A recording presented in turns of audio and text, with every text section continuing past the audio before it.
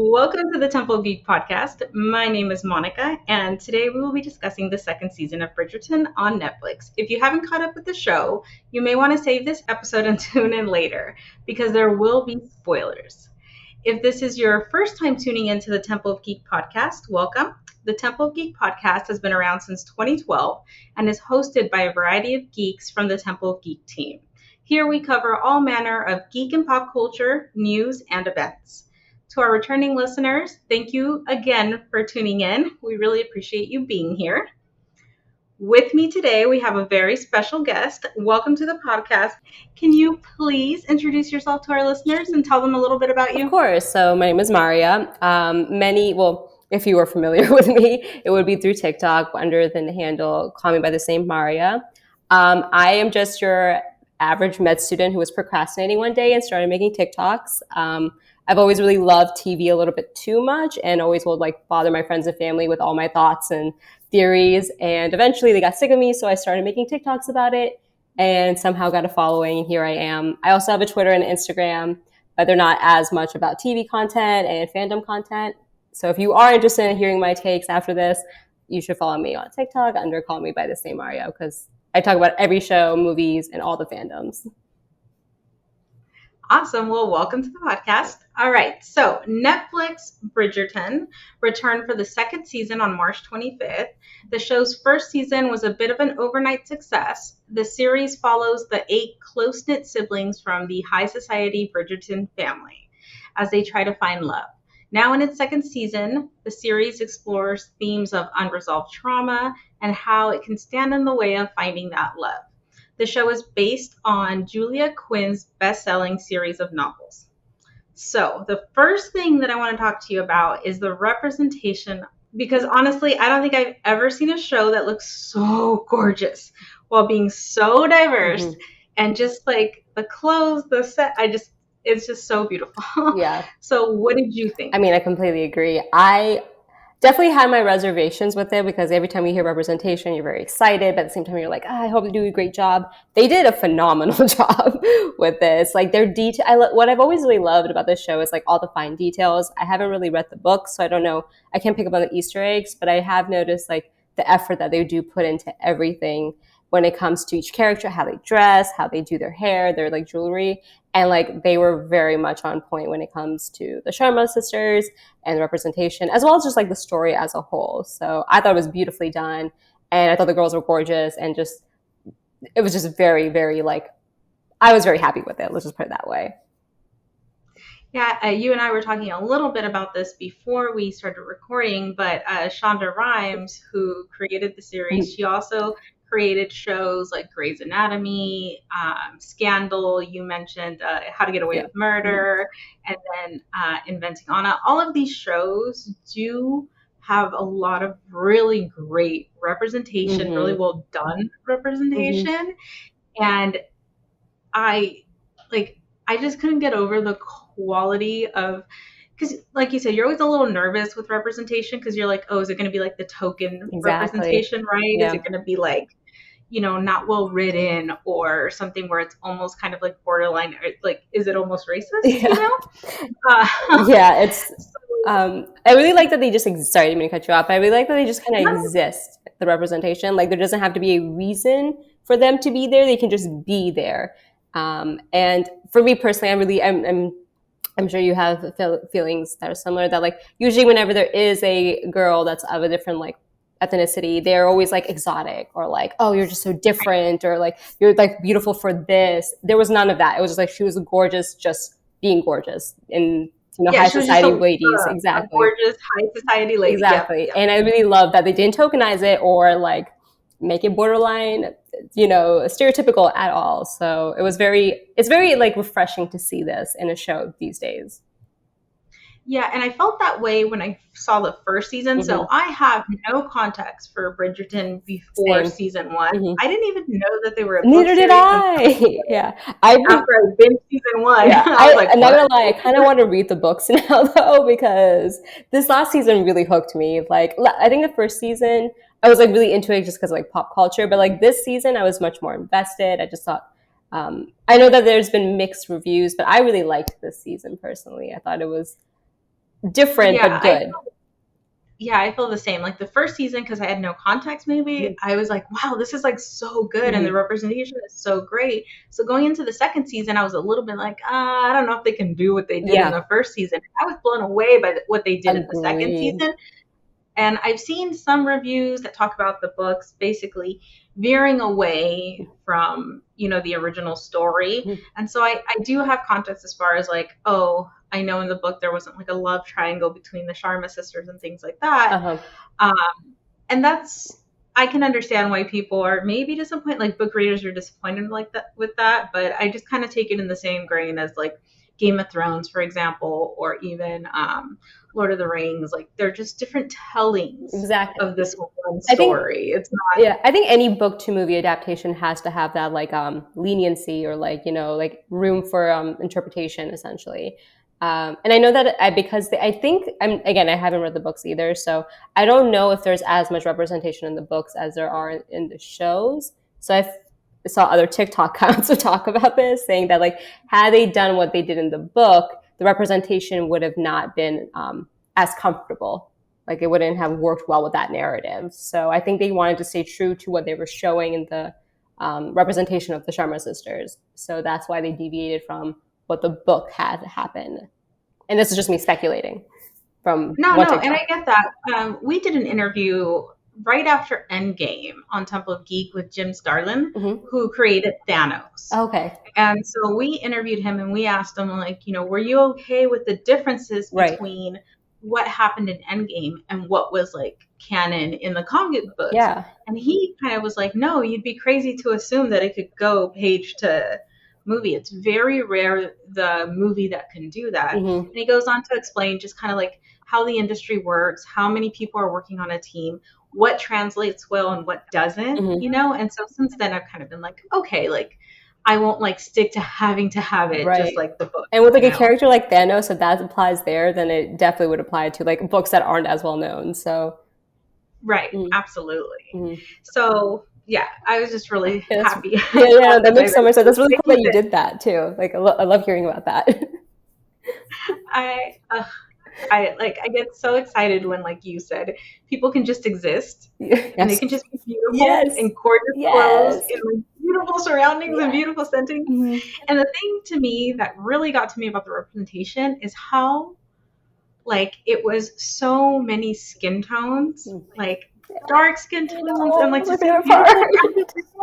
sorry. Yeah, that was my favorite part too. As it is, but to see beautiful brown women, Asian women, like just so many women with beautiful clothes. I don't know. I'm sorry. No, it's completely okay. You don't have to apologize. Like I think you've seen a few of my videos about Bollywood on my TikTok before. Oh yeah, you did talk about that. And one thing that I've been like kind of scared to like get into, but I want to talk about this is like the colorism in Bollywood that exists not only in Bollywood but also in my culture. So like the colorism is very, very heavy when it comes to the South Asian, but Indian culture, Pakistani culture. And I just loved that this was like, a dark Tamil girl is the main character. And that's that. We don't need to explain it, talk about it, she is the main character. And this is probably the first time I've seen a South Asian dark main character ever. Even though I've watched Bollywood my whole life, I've never seen anyone of that skin tone as the main character before. Yeah, and I felt that way. Like, I'm a Mexican woman, so when Roma came out on Netflix, usually the same kind of colorism exists in Mexican culture, right? Like those Euro beauty standards really just, they exist everywhere. And so even in Mexican television, when you watch TV, it's very like light-skinned blonde people. But in the movie Roma, the main character was a dark-skinned woman who looked very, I don't want to say ordinary, but what an actual Mexican woman, probably like the average Mexican woman may actually look like, And it was so moving for me, and it was so exciting for me. And I was like, oh my God, she looks like my cousins. Like she looks like it's someone that you can actually relate to more, I think, because you actually recognize those features. It's not one of those like out of ordinary, like, oh, they just happen to have a very like this type of nose or this type of shade. Like this is someone that you can recognize. So completely feel that. Exactly. So it's exciting. I'm excited to see what comes next. I know. I'm really excited for like what they do with, because if it is an 8-part book series, I'm really excited to see what they do after this too. Yeah, absolutely. And from what I understand, Shonda Rhimes has said that they're not going in order. Oh yeah, I have heard that too. Yeah. So I don't even know what's next. I think the brother would be next, right? I'm guessing by the way the story went that we're going to see Eloise kind of like a main thing, and maybe Colin. They did start her story. They got more in detail with her story this time too. So yeah, I think Colin and Eloise got a lot more kind of like airtime, screen time than some of the other Bridgerton brothers and sisters. So, and I think too also Eloise is such a fan favorite that they could hold off because they don't want to lose her and the people that are fans of Eloise. Yeah. Because like we saw with Daphne, once her story was done, she's just gone. And that's about it. Yeah. I mean, I know that Reggae Sean was not signed on for this season, but like they really just scrapped their story. So and I get it because it's about like each sibling and they're moving towards it. And I think about it like, I don't know if you ever watched Doctor Who, but that's like the one fandom that I'm like not. Don't tell anyone. Don't tell anyone. I haven't seen it. It's like a very specific fandom, but I love it. So in that one, the main character like changes every couple seasons. But I think that's what keeps it fresh. Yeah, because you get the new perspectives. It's like this rotating ensemble cast, and like I really think that's interesting. So I'm okay with losing people in Bridgerton. Yeah. But I'd be surprised if they did. Like I would not I would be surprised, but I think that they would probably hang on to Eloise a little bit longer just because she's a fan favorite. And especially because I feel like with her and like the what is it, Penelope storyline, and just Penelope being Lady Whistledown, I think they would have to keep her around because like Lady Whistledown was kind of the narrator for such a long time. Well, she is the narrator for both of this season, so they couldn't lose their narrator necessarily. So I would like to see. And I don't know if Penelope's supposed to end up with Colin or who she's supposed to end up with, because she might. I'm assuming she's ending up with Colin because of the way the story is, but I don't know how they're going to like handle, Penelope leaving because that's the main narrator. I was going to ask you about this later, but let's talk about it now. Okay. All right. So Lady Whistledown. Yes. So in the first season, I was like, this girl got away unscratched.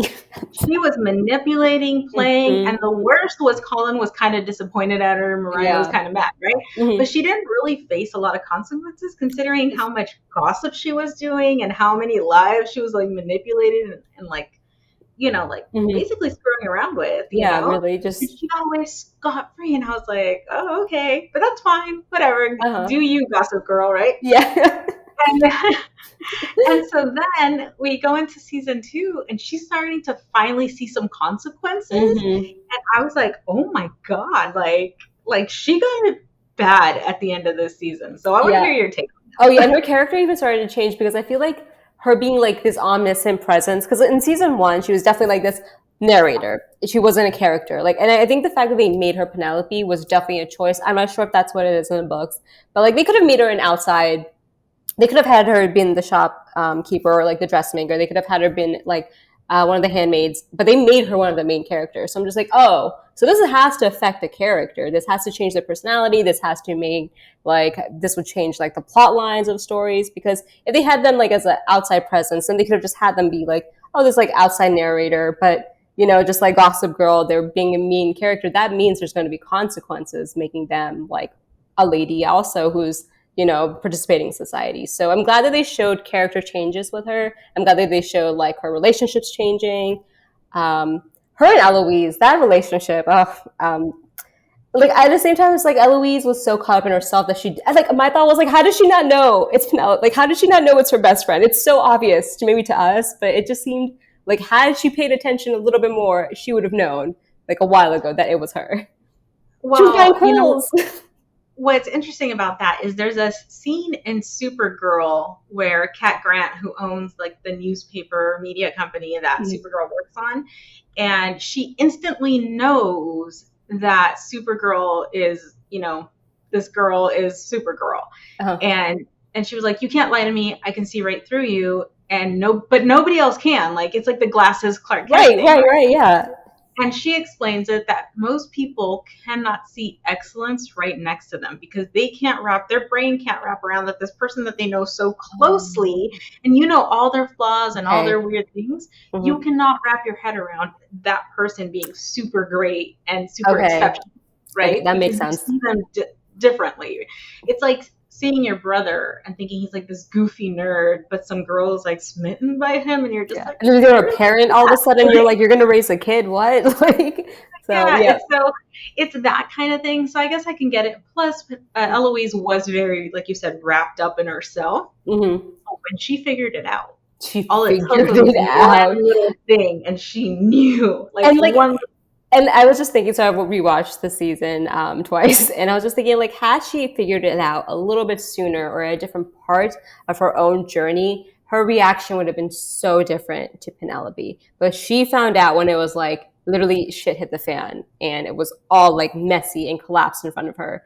And it was like the worst time for her to find out that Penelope was Lady Whistledown. Like she had so much admiration and like respect, and like she really wanted to be Lady Whistledown at one point. But then when she found her was after she was thrown under the bus, after like, you know, her heartbreak, after she lost everything. So I don't know. It's very like, I don't know what the term is called in story structure, but you know, whenever it's like the worst time, like had it been like as audience, we know who it is and we wish it was at this time, and we know what's going to end up being, and we're like, we wish like is that omniscient. We're the narrator at that point, basically. There's a term for it, but I can't think of it. No, yeah, you're absolutely right. And you can see the difference too in like season 1, Lady Whistledown, and season 2, because now she's cocky. Now she's like, oh, like I'm so popular, people listen to me, blah blah blah.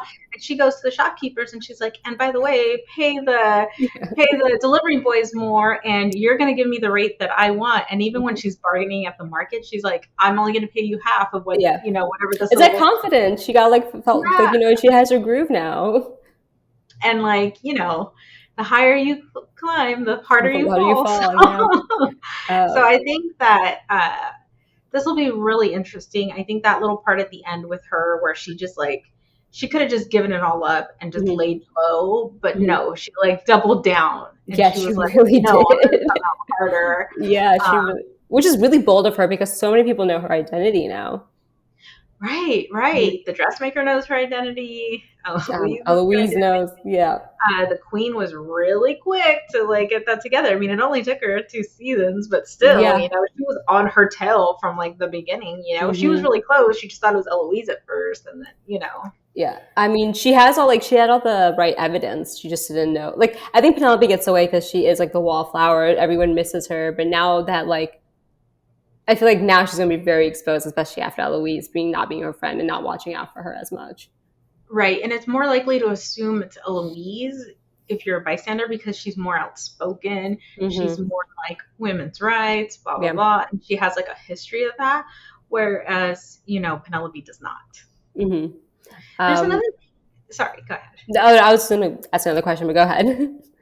So there is, just as a side note, because we're talking about representation and stuff, one thing that I really love about Penelope's character is her size and how it's never mentioned.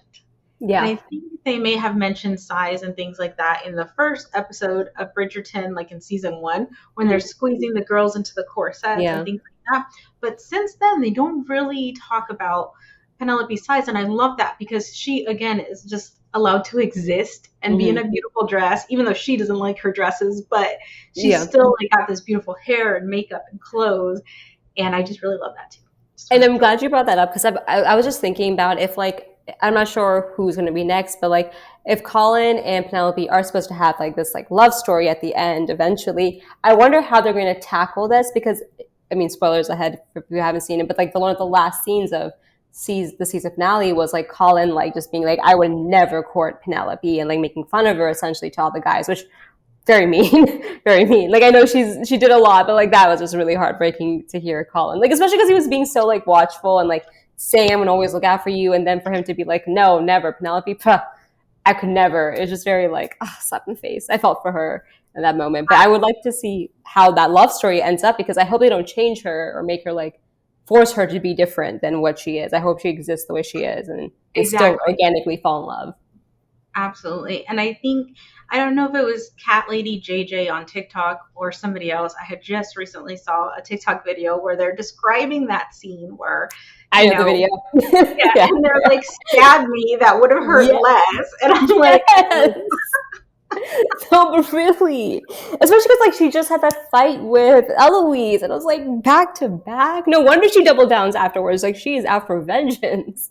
and like, will she come after the Bridgertons? Because these are like two Bridgertons that are basically like, I wouldn't be surprised if she does, because like she's what does she have to hold on to? You know, because yeah.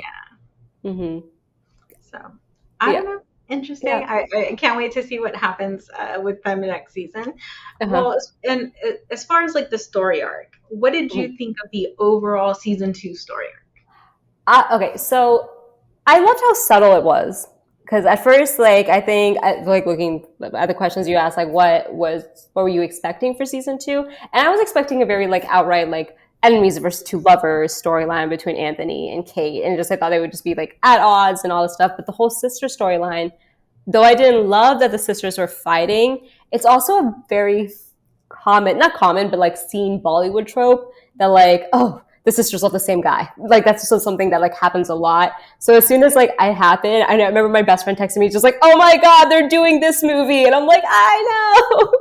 So I like really liked it, because though it's stressful to watch two sisters fight and you didn't really want to see them, it's still something that it's like, yeah, but like this is like oh, they fight, then they learn to like become better friends in the process because they love the same person, and like then there was so much healing and growth afterwards, and I really loved Edwina's character like breaking out because of it, because like before she was this very sweet, innocent, not naive, but very like head in the clouds. What I really loved about the story arc between Kate, Edwina, and Anthony was that all of it was circumstantial. Like nobody was out to hurt anybody. Nobody was the bad guy. And at least I don't think anybody was like really the bad guy. It was just like bad circumstances, right? And Edwina was so smart and so clever and so sweet. And there's a point where Anthony tells Kate, you're not seeing her for who she really is. When she was like, I have to look out for my sister. I have to do this. And he kind of tells her like, she can do that herself. If you would just look, she's like grown. And it's right after a conversation where, Anthony and Edwina are sitting and they're courting each other and they're talking about like future children. And he says like, I have to travel a lot. And my wife would have to be alone. Yes, that was a good one. Yeah. Yeah, and she's sitting there like, you know what? She was like, I do well in different situations because I have inner resources. She was like, that was a great line. Oh my God, she had such substance, and she was her own person. And I think the look that Anthony gives her in that moment, he's just like, wow, you are great. And then he defends her to Kate, who's like, she doesn't need you to protect her. She's her own woman. And I was like, dang. And I remember thinking like, Kate, you better calm down. Like, yeah, your sister is her own person. Yeah. But I get that relationship, both of like Kate just trying to do good by her sister, loving her sister, but almost just like doing too much. Like it's kind of like how Anthony was with Daphne in season 1. Because he also thought he had to protect Daphne and all her honor and all this stuff. And it's like, Daphne's actually the one that kissed him first. Like, you should know what your sister's really up to. So it's like I really loved the parallels of like them trying to be protector brothers and sisters. And then someone else being like, you don't know your siblings. Like, you think you're being like, it's kind of like the childhood trauma, family trauma that you had mentioned earlier, that like they were so like stricken with their duty as like siblings and what they had to do for the family that they almost forgot about the relationships and seeing the person for who they were. Episode 3, I think it's called the Bee in Your Bonnet, which is the episode where we see when Anthony becomes the Viscount and his father dies. That episode is probably one of the best pieces of television I have ever seen. And it is the best explanation in a way like for me, I saw it as like, this is why people are struggling in this series with like their mental health. You Mm-hmm. have two people who love their family, Kate and Anthony, right? Who Mm-hmm. both have lost their fathers and had to grow up too fast. And as the older siblings had to take on all this responsibility when they were just children, when they were Mm-hmm. barely trying to figure out the world. And they just kind of like basically just like powered through and didn't get to grieve or mourn because they were too busy being in charge, and Mm-hmm. that does something to your personality, that does something to your like thought processes, and like it obviously it affects you emotionally. Kate was lying to herself over and over that she didn't want a husband, that she didn't want to get married, and she projected all her actual All of it wants to Edwina. onto her Yeah. sister They completely. do a really good job of like how like unresolved trauma, unresolved like personal issues can project and like affect the relationships present day or future, because like they kind of did this in season one with the Duke, but like I think it was much stronger in this season, like with Anthony and watching him, just his whole story, because like the whole growing up too fast with his father passing away, definitely something that we all could feel. But like watching his mother grieve and then him being like, I don't want to be a reason for someone to be in that much pain. It's like, oh, no wonder he doesn't want to fall in love. He doesn't want to. It's not even about like he's scared to like have his heart broken. He's scared to break someone else's heart like that strongly. So it's like it really showed a lot of strength. Like it showed a lot of understanding with Anthony. Like I remember I judged him really quickly, but after seeing that episode, I was like, wow, okay, Anthony actually makes so much sense for how he is. Right. And I used to always think I had, I live for romance on screen, Oh yeah, but yeah. in actual real relationships, I always feel Mhm. like it can't be super romantic because I worry about somebody love bombing you or somebody like, kind of like manipulating you or something like that. And sometimes I think that couples, they rush in too quickly into the thought of marriage and this and that, and they don't really break down the basics, like where are we going to live, how are we going to raise our kids, what our like, plans are, and then what happens if those plans change or we change. Like there's so Mhm. much that goes into like setting yourself up for a relationship that's going to last and be long term. That's not romantic. That's just Yeah, kind of like almost like business. Like you have to it make really sure is. But finances I've are always, in order. yeah, I always think that there is I think there is a business to marriage, though. I've always, like, you have to, it's a partnership. Like, literally, you're going into business, like, business of marriage. That sounds like a cheesy line, but, like, it really is. It really is. So then when I was seeing the scene where like Kate is trying to explain to Edwina what she wants and why Anthony can't give her that. And then Anthony's in the barber chair with his brother explaining like, I love my family. Kate saying he can't love, and he says, I love my family so much that I'm Right. willing to do this for Mhm. business. It's the love of my family. So he's completely capable of loving somebody, right? Mhm. But his idea of love is more like a business transaction, right? Um, and just to like, because since we're talking about that scene, that's the scene whenever the song, a very famous Bollywood song is playing in that moment, by the way. Like, yeah, so like speaking of representation, this is why I was like really excited, because like I had heard that there's this really famous movie called Kabhi Khushi Kabhi Gum. It's nicknamed K3G because that's a very long title, but it's a very iconic like family value love story, very like Bollywood glam type of movie, and it has very like iconic music. So they use the title song for that scene. It's very huge because it's like I grew up. This is one of my favorite movies. It's like a fan favorite. So like they play it, and it's basically about like how love can be happiness and also like grief. So it's like kabhi khushi kabhi gum. It's like it's sometimes happy, it's sometimes grief. And like every time they show a happy moment, it's always with Edwina talking to her talking to her sister and her mother in a very like traditional like wedding event. And then whenever they show the grief part, it's like Anthony talking about like how this is his duty and this is what he just has to do for family, and like it's like business almost. And it's very like a very interesting way to interpret the song almost as well, That's so because that movie's, thoughtful. I know, right? I don't know if they put this much thought into it, but I definitely put too much thought into that scene. I was like, this is why they did this. I'm convinced they looked at the lyrics and they're like, this scene has to have a song. So We're I gonna really be like that early part. Netflix. I need confirmation. I always do this, like even with MCU. I think I'm like, I probably am overthinking this, but this is what I think they were meant, and they're like, they just Googled a doctor's, like for Doctor Strange, I did this whole analysis of like, oh, they made him a neurosurgeon for this reason. And they're like, probably just Google doctors and they just assigned him one. I was like, oh, they, thought about it a lot like I did. But yeah, sorry, just wanted to bring up that scene is like, that scene is just so well done because of like the music and then like the traditions, but then they're also just showing like how Anthony feels about marriage. And it's like very similar, like you said, like this is his duty, this is like what he loves his family, so this is what he's going to do. I also love how Daphne brings up how like her like speech to him and then the whole like you do everything for us, but unfortunately that is not giving you the respect of your family. And I felt like that was such a gut punch of a line. Yeah, and then there's also two moments where, and I think it's Lady Danbury telling Kate this, and then also like as a mirror, because Kate and Anthony are very much mirrors of each other. It's his mother telling Anthony this, and he talks to his mother about how he doesn't want somebody to grieve him the way she grieved his father and things like that.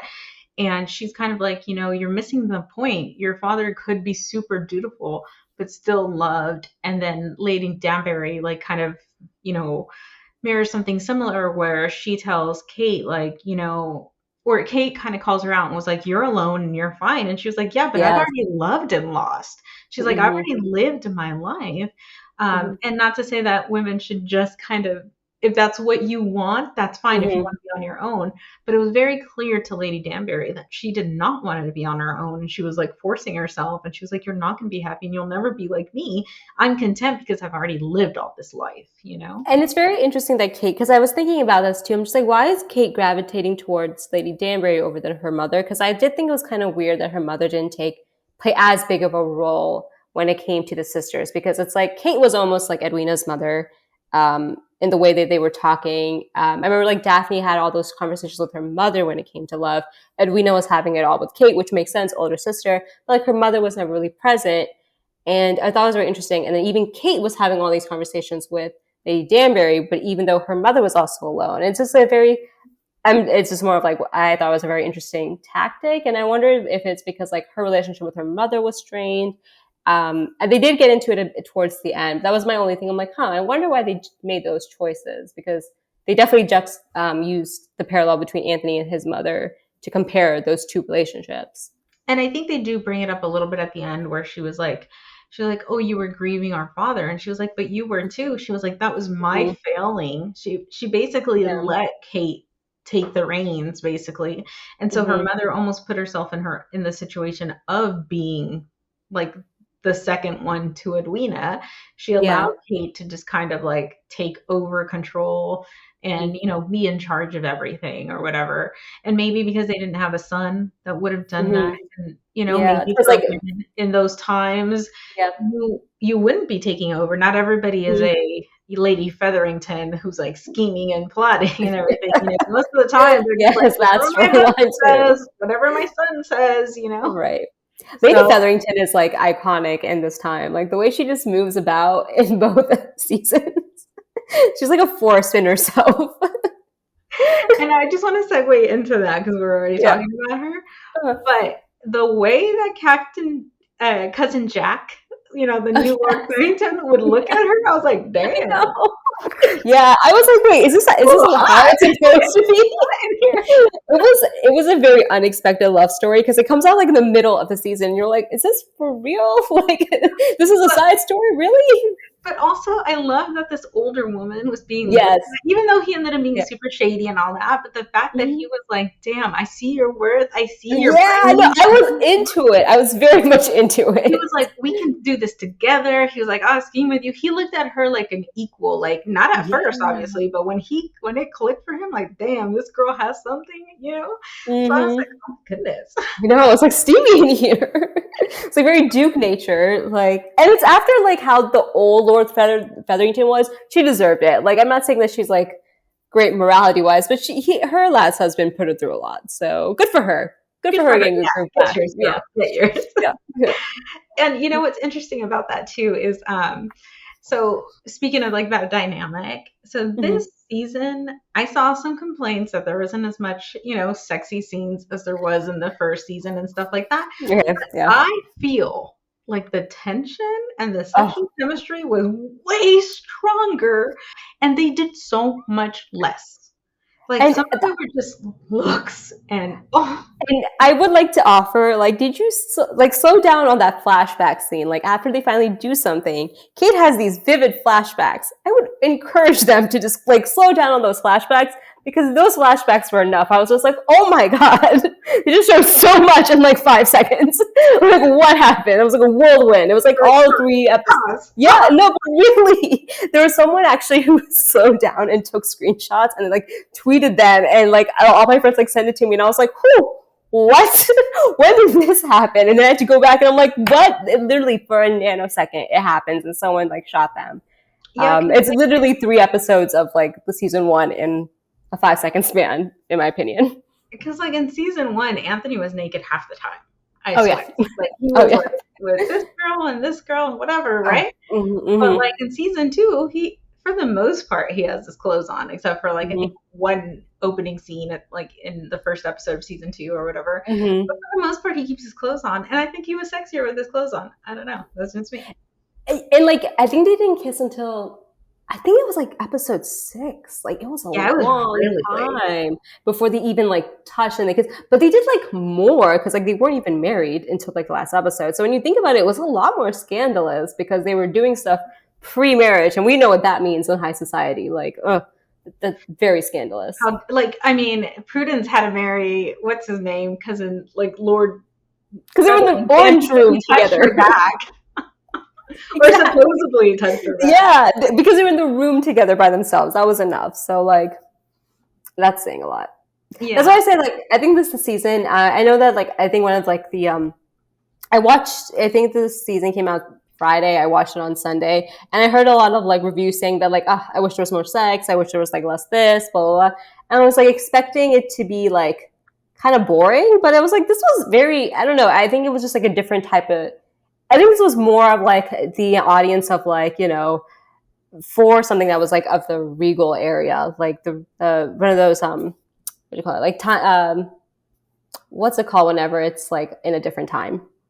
Era, like romances. I think it makes sense for like that. I think the season 1 was very much like trying to draw audiences in, whereas like this season is very much like what the series is like. Right. And then also, so much about the season that I really like, and especially like between Kate and Anthony. Somebody on TikTok did I have to link it in the show notes because I think everybody has to see this. But okay. Shonda Rhimes, who is the executive producer on the show, she also did Princess Diaries 2 with really? Anne Hathaway and Chris Pine. I did not know that. That makes so much sense. Yes. I know the TikTok. Very similar, and they did like the side by side of them, and I was like, oh, she knows what works. She really does. I didn't know. I saw that TikTok. I had no idea Shonda Rhimes did Princess Diaries too. She is good. She is so good at like. I'm like a Shonda Rhimes stan. Oh yeah, for sure. I've always loved her since like Grace, but like Scandal drew me in, and now this. And then also, like we mentioned earlier, Inventing Anna is so good. I don't know if anybody's catching on to that one, but man, yeah, I still need to keep watching. I was just thinking about how I like stopped watching it the other day because of Bridgerton. So I need to go back and finish it because I do want to know what happens with Anna.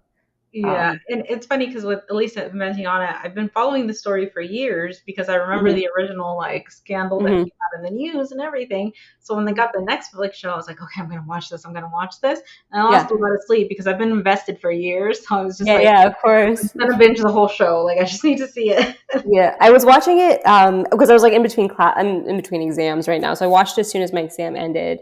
I'm on the episode where they finally go to Morocco, I think. It gets good. Everything from Morocco. Yeah, like it's like building up at this moment. So I stopped because I'm like, I need to pay attention because like this is when like it hits the fan. But then I stopped watching, so I have to go back to it. Yeah, I was saying that speaking of Bridgerton, I really loved Edwina's line at the end of the wedding. Like her whole speech at the end of the wedding, whenever she tells Kate, she's just like, you lost all your power, but I found mine. And like, that's victory enough for me. oh, chills. I don't think they could have chosen a better actress for Edwina. Oh my God, She amazing. it was amazing to see. She looks very youthful, very young, It's her right? first role, I think. Is it? I think she This just first finished whatever. I think she might have been in one other thing, but this is her first main breakout role because she just finished school. Because I Googled her. I was like, who is this actress? I need to look everything up. I was obsessed with both of them. So I like looked up everything She about them. has a very youthful like vibe, look, Hmm. everything, but also in the same moment, she came off so mature and so like empowering, and I was like, dang, like who is this girl? But there are so many scenes where her acting was like incredible, and like Impeccable. especially the scene where like the Viscount Anthony doesn't propose after dinner and like they're Yes, waiting. her face. Oh my Yeah, when God. She she's just did crying and her everything. sister's holding her and she does this little like and I'm like, oh my god. I was like, don't cry, baby, don't cry. Her reaction at the dinner table, because she had to like keep it together, but it was like enough that you could tell that she's devastated. She has no lines at all. She just has a look, and you could tell, you could feel all her emotions in just one look. She's a very talented actress. I I was also blown, love. Sorry, go ahead. no, I was just saying I was blown away by her. She Yeah, really is, I think, like you said, a breakout star. yeah, and I love how like steady her voice would be with all the different emotions. Like her, whenever she runs off, like after, whenever she realizes that Anthony and Kate are in love, and she just runs out, and her like yelling at her mother to her sister, and like that whole her interaction with Anthony, like she could have played the same tone, the same type of demeanor, but she just had a different like reaction and tone and like pitch to her voice even. So that episode, like I was like, this girl has range. This one episode just shows her whole range right now, that this has to be her acting reel, because she's incredible. I cannot wait to see what else she does. No, yeah, absolutely. She was really great. I do hope we see a little bit of more of her like in the next season, but I doubt it Mhm. because, you know, I would love to see her and the prince Bridgerton. together. If she and the prince get together, I would love to see that storyline. I know we probably will not, but like the idea of her getting together with the queen's like nephew definitely made me feel really happy towards the end. I would be okay even if it's like a side Yeah. story that we can just kind Hmm. of like pop in and check on or something. Yeah. Because I want Yeah. really good things for the actress and the character. I know she deserves it. Edwina deserves it. She like went through so much. That poor girl with her heartbreak, and then to like ship her sister and Anthony at the end. It was just like such a big move of her. So So, and that was another thing.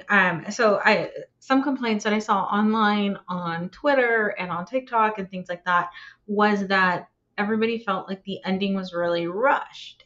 I didn't really feel it that way because I felt like I don't think I needed to see two weddings. Like I oh was yeah, okay with yeah. it ending, and I know we'll see Kate in the next season a little bit more because she's a Bridgerton now, and she's in Hmm. charge of launching the rest of the girls, and she'll be in the house with the Bridgerton kids.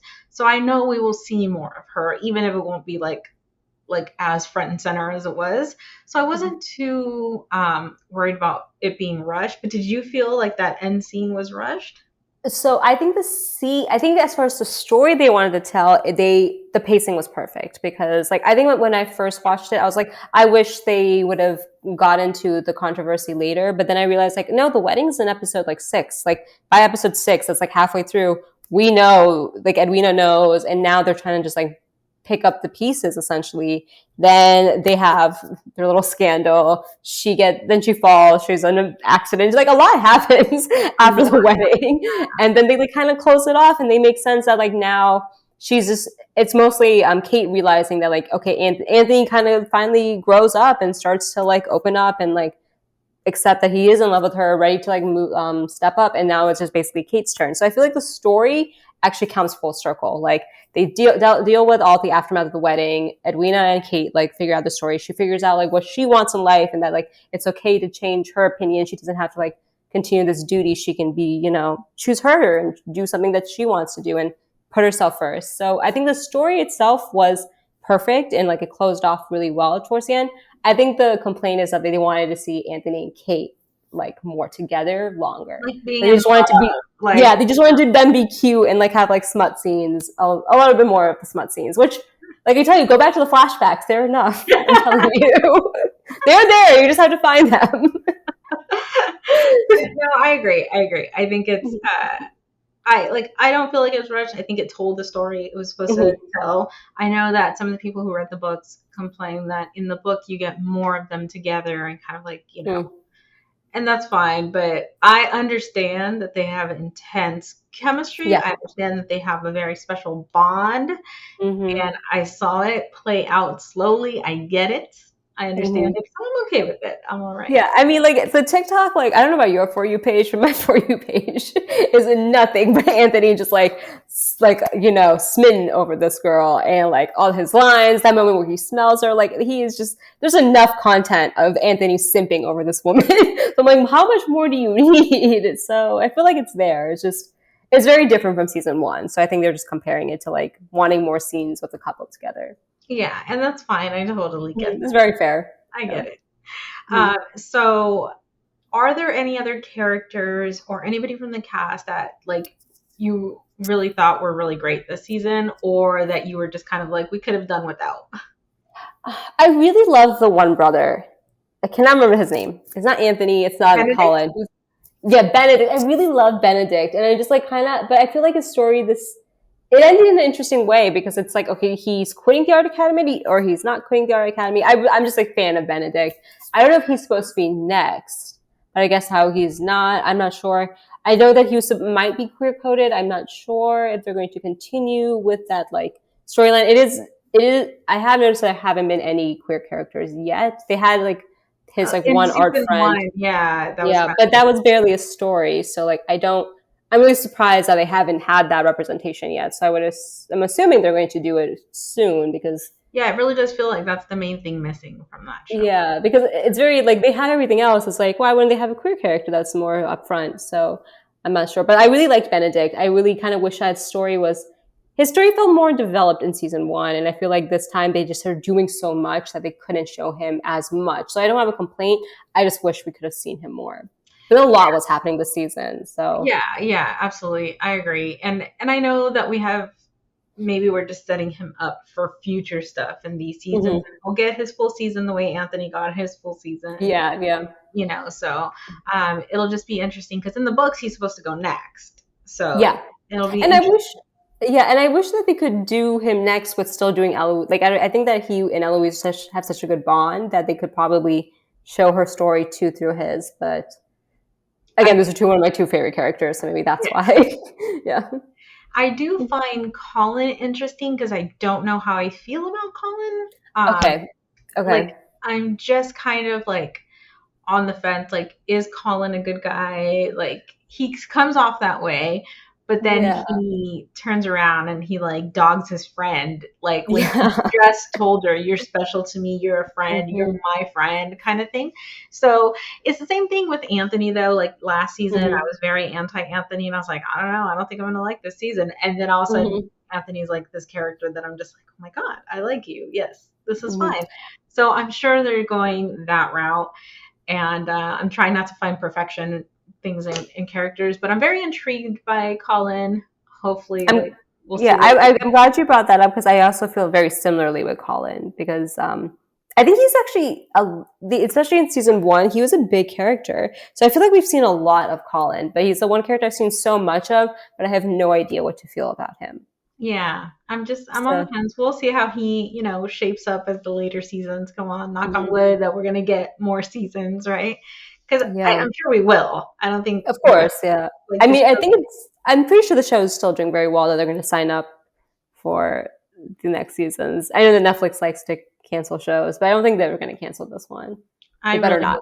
Because it looks like it's on a good path. So yeah, we're too invested now. Like I think I'm more invested now than I was last time. Oh, absolutely. Like I really enjoyed season 1. I was really excited, about it, but I'm definitely more invested now.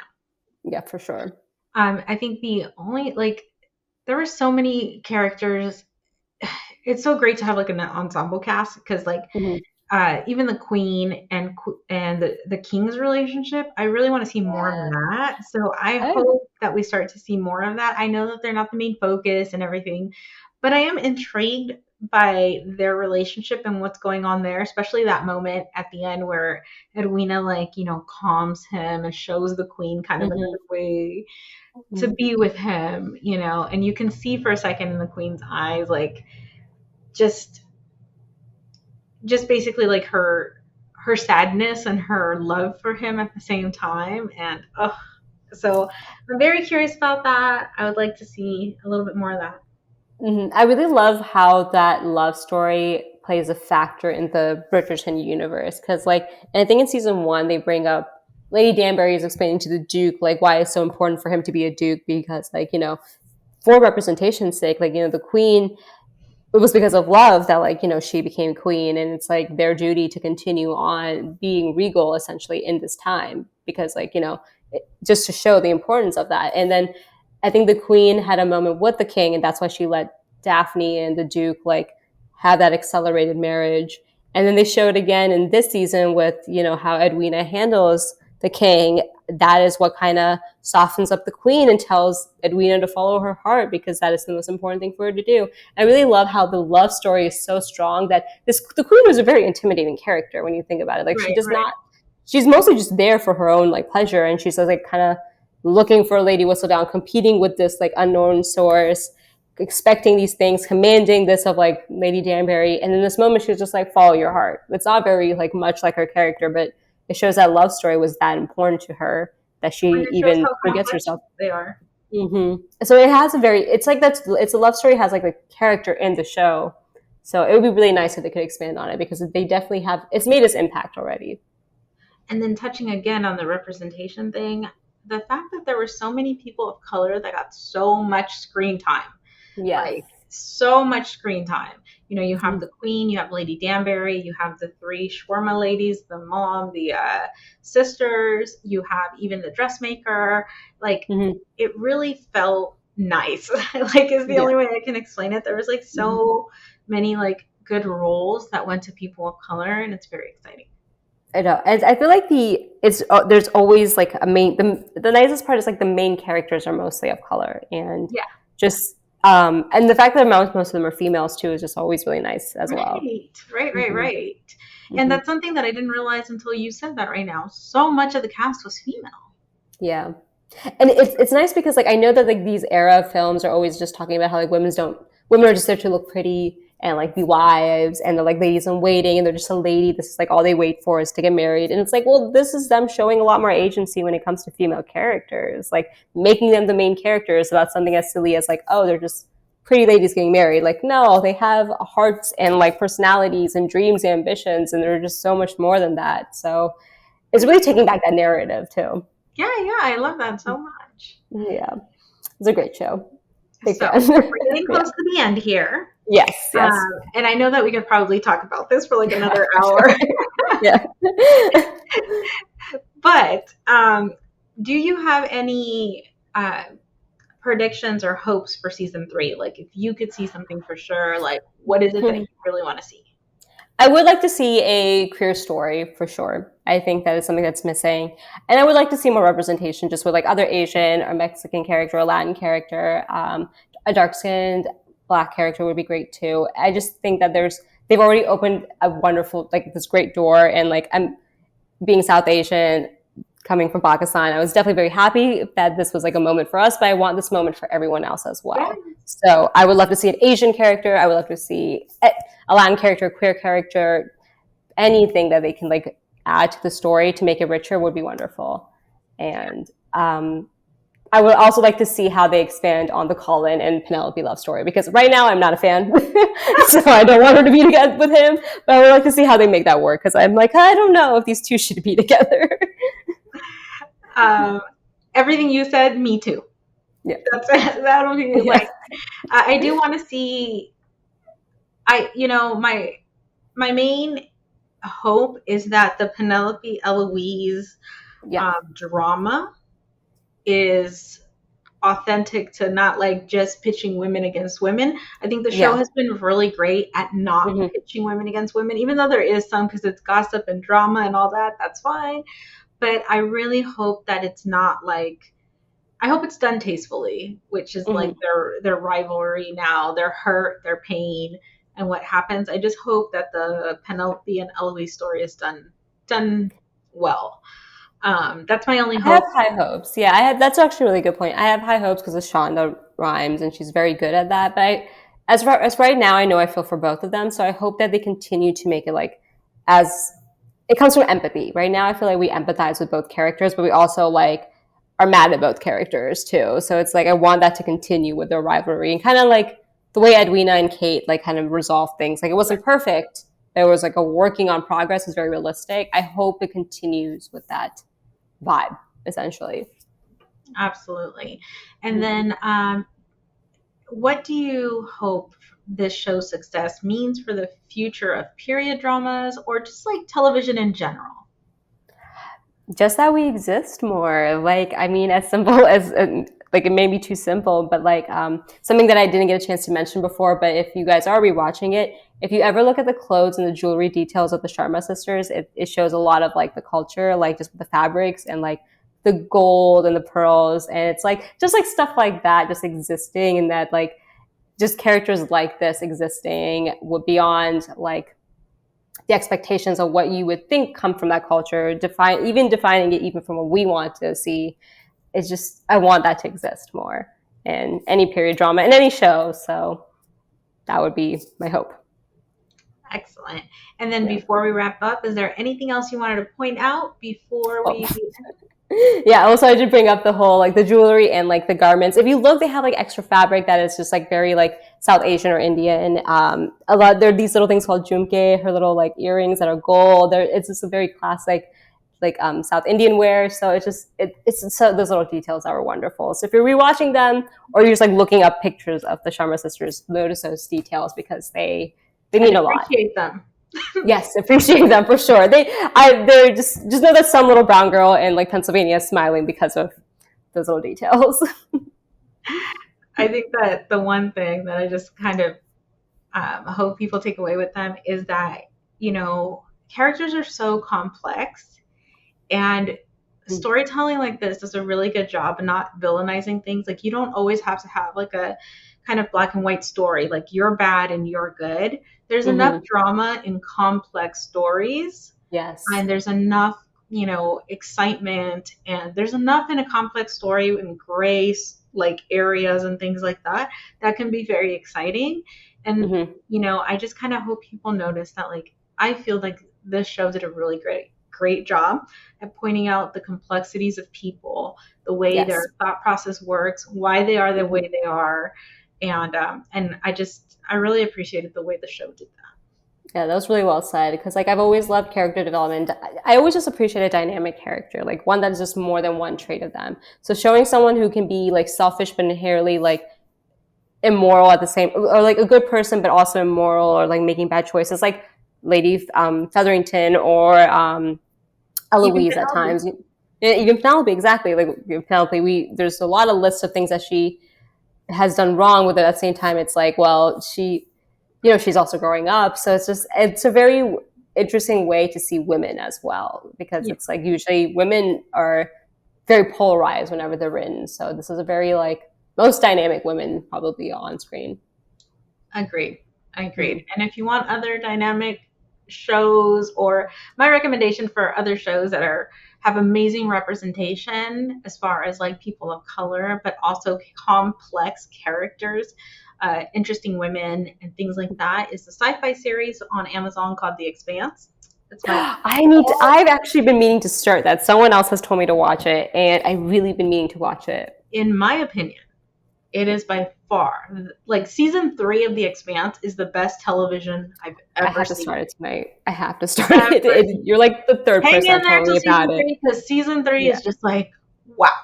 It is the best television that I've ever seen, and it gives me hope for humanity. Like, I don't know. Okay. But it's very sci-fi. It's set in the future, and you know I love sci-fi, so I'm all over this.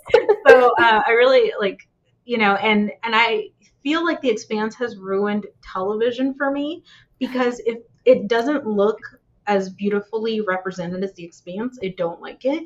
And Bridgerton is that. Bridgerton brings that. So like, I think that's why I love Bridgerton so much, was just because it's beautiful in the characters, their complexity, and just the representation alone is just so Yeah. beautiful on both Amazon's The Expanse and on Bridgerton. So that's my Mhm. recommend So, for anybody who okay. needs to I'm binge definitely, something after yeah. they binge Bridgerton and you don't know what to watch. Watch that. Perfect, because I do need something to watch, and I've been meeting. I mean, I have a big list of things to watch, but Expanse has been on my list, so I will definitely be watching that.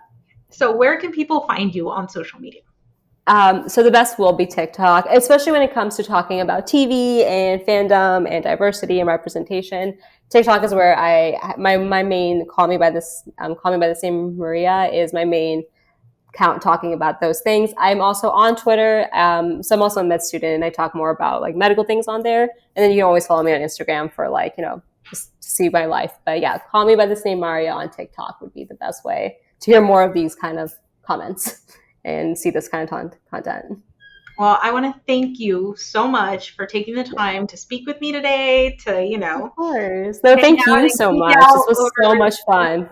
this has Yeah. been really I've been so excited to talk about Bridgerton because I wasn't feeling well, but I was like rewatching it. So you're like I've been so excited to talk about this for so long. So I really Yay. appreciate you calling me and like saying we should do this. Well, Thank you so hopefully much for you'll come having me. on and be a guest on the podcast again Of soon. course. I would love to. All right. Well, this is going to wrap up this episode of the Temple of Geek podcast. We want to thank everybody who tuned in today and especially our guests. If you have any questions or comments, feel free to hit us up on Facebook or Twitter by using the handle Temple of Geek. Do you want to check out some of our other episodes or shows? Why don't you head on over to templeofgeek.com? There you will find all sorts of content that pertains to the world of geek.